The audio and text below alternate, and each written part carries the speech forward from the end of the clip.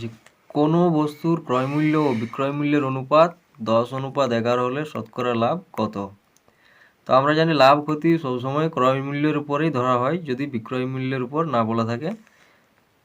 তাহলে এখানে ক্রয় মূল্য 10 টাকা ধরছি আমরা এবং বিক্রয় মূল্য 11 টাকা।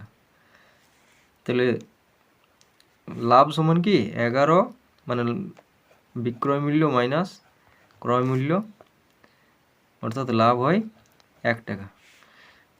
এখানে ক্রয় মূল্য 10 টাকা, তাই 10 টাকায় লাভ, 1 টাকা, 1 টাকায় কত আর 100 টাকায় কত? তাহলে এখানে 10 10 10 100, অর্থাৎ 10% লাভ।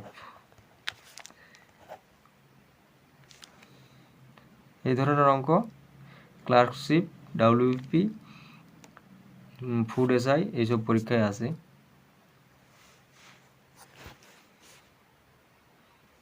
তাই তোমরা মন দিয়ে ভিডিওটি দেখো এবং লাইক করো, শেয়ার করো। ওকে।